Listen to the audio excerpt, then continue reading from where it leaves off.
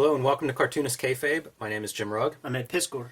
Going to look at Wednesday Comics #1, a broadsheet of DC Comics from 2009. Before we crack this thing open, I want to invite everybody to like, follow, and subscribe to the Cartoonist Kayfabe YouTube channel if you haven't done so already. Leave comments below the videos and click that bell icon next to the subscribe button to be notified when we post a new video. This will help you get a leg up on the Kayfabe effect. Sometimes we look at stuff that's kind of obscure and people decide they want to add it to their collection. So if you hit that notification button, you'll have the first dibs on trying to track down your copy. Also, let this video play through to the end. That'll help the YouTube algorithm share it with other comics fans who may not have found Cartoonist Kayfabe yet. It's how we grow this channel, and we appreciate your help on that. So, Wednesday Comics, Ed. This thing came folded up, comic book size. Brilliant. One of the tough things with doing off size, and you hear it from comic shop owners all the time, I don't know how to shelf it, I don't know how to display it, please make it comic book size, and they figure that out. It fits in bags and boards. Perfect. Genius from the get-go. And I want to give credit to Mark Chiarello, the longtime editor behind the scenes of, did a stint, I believe, at Marvel, at Epic, but DC is where he's been for a long time. I think he's the guy behind Batman Black and White. Yeah. The guy behind Solo, a really super cool series of comics that highlighted single creators, and the guy who's credited with editor on Wednesday Comics, which I like this gimmick a lot. You and I have had our cups of coffee, man, at the Big Two. And you can see, just from our little experience, that to do anything that deviates from the norm, you are swimming upstream. There are approvals that have to be made. I think X-Men Grand Design, like, we agreed to do it 7 months before, like, I was able to put pencil to paper because a bunch of douchebags had to, like, put a contract together or something. Like, who the fuck knows? Some people had to justify their paychecks somehow. Chiarello is to be commended. He is in the Cartoonist Kayfabe Hall of Fame as, like, important luminaries of this medium that we adore, for doing this kinds of stuff, man. Joey Cavalieri is one of the dudes that I put in this bracket. Yes. And the ladies, man, the tag team at Vertigo, Karen Berger, Shelley Bond, man. Like there are few people out there who would bring in fresh energy, would try to do interesting new things. The onus is on the buyer, you know, the like, this is market driven business. So the buyers weren't buying, and we get what we get.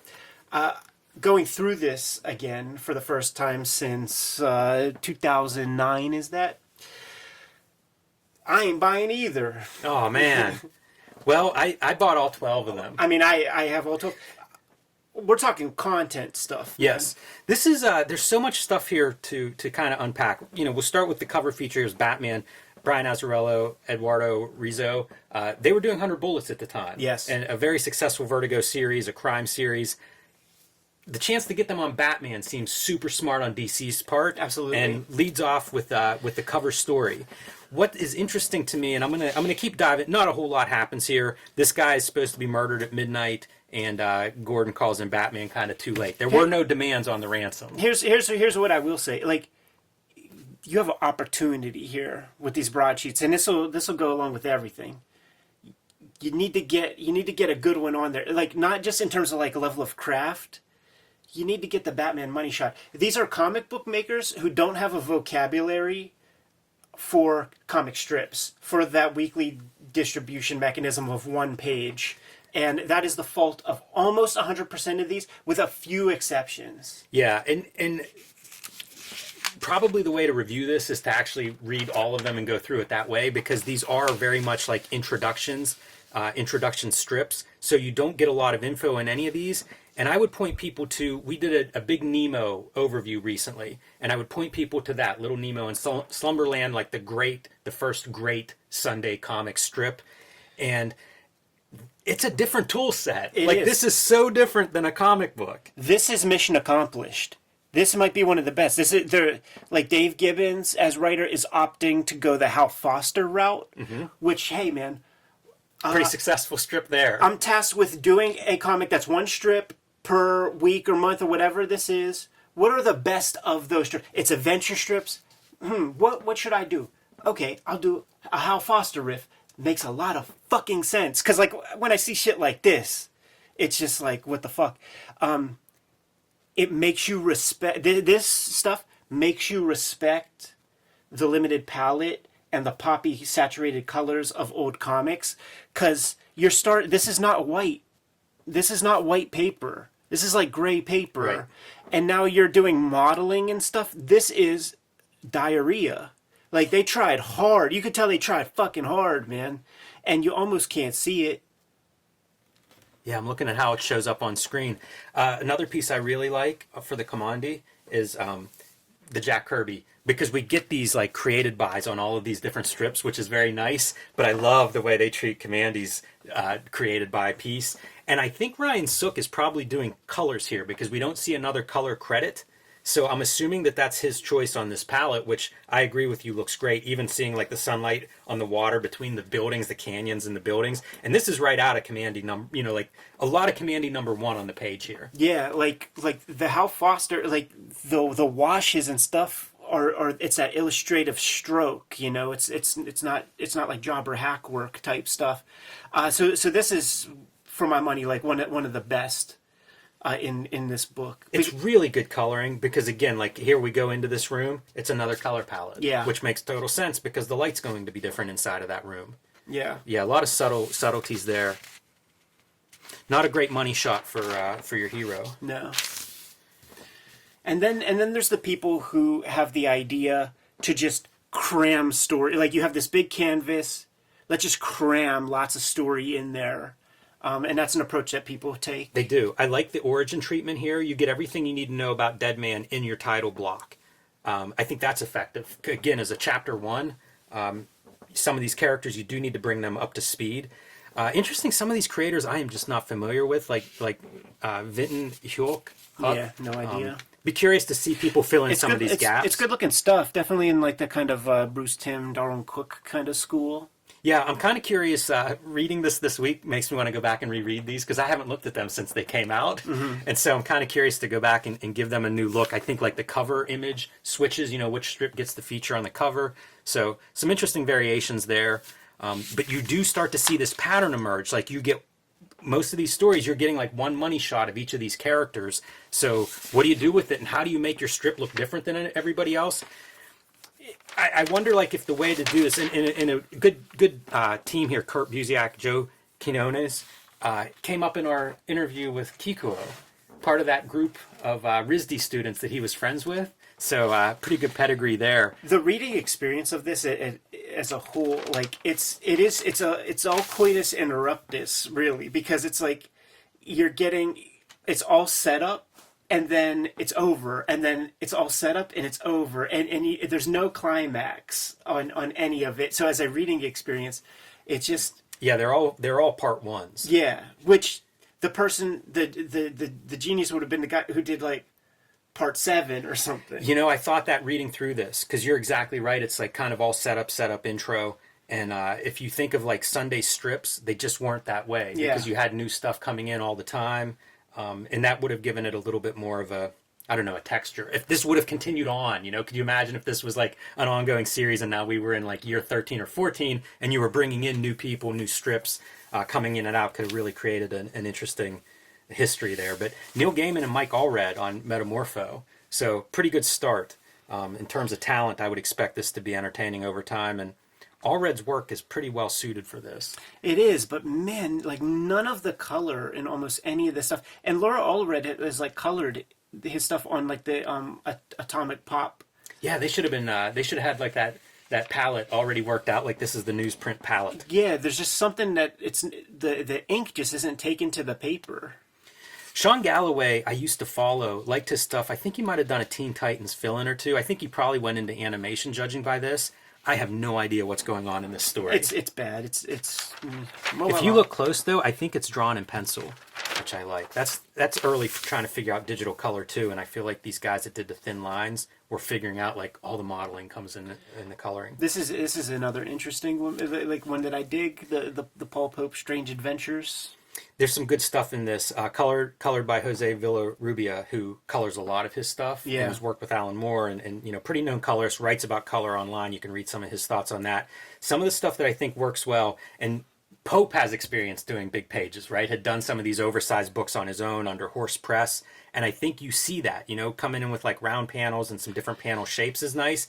This is a really great panel. Mm-hmm. You know, like you've established like these guys are invading, they're coming down, and he's going up, which is what you get with the hero. While everything's going one direction, the hero's going against it. It's a genius conceit with the characters and stuff because, I mean, this is Buck Rogers. Mm-hmm. You know, we got Buck Rogers kind of spaceships, and I could almost point to like Flash Gordon, actually, Alex Raymond strips that like have this kind of thing. There's like these weird angel things coming down in like a 3-point perspective.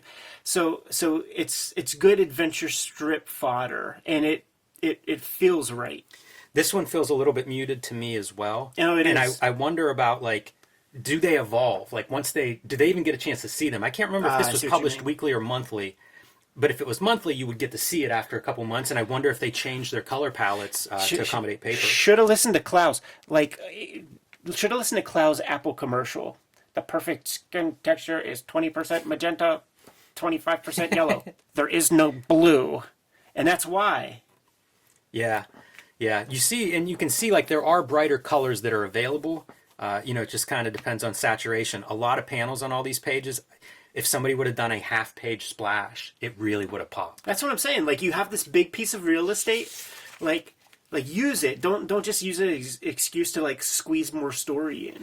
This is Amanda Connor and Jimmy Palmiotti writing. Amanda Connor on the line art. And I just read Pro recently, the Garth Ennis. We should do that video. Yeah, right? that's exactly what I have that pulled and ready to go.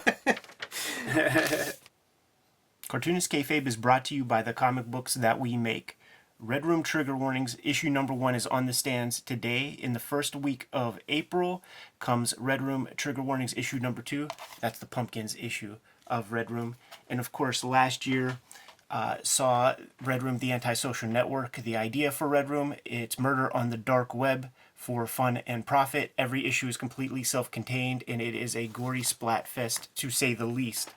The rest of the Ed Piskor bibliography that is currently in print. You have 3 volumes of oversized X-Men Grand Design retelling the entire story of the X-Men saga up through the origins to Days of Future Past. 4 volumes of Hip Hop Family Tree documenting in a very linear fashion the history of hip hop and rap music.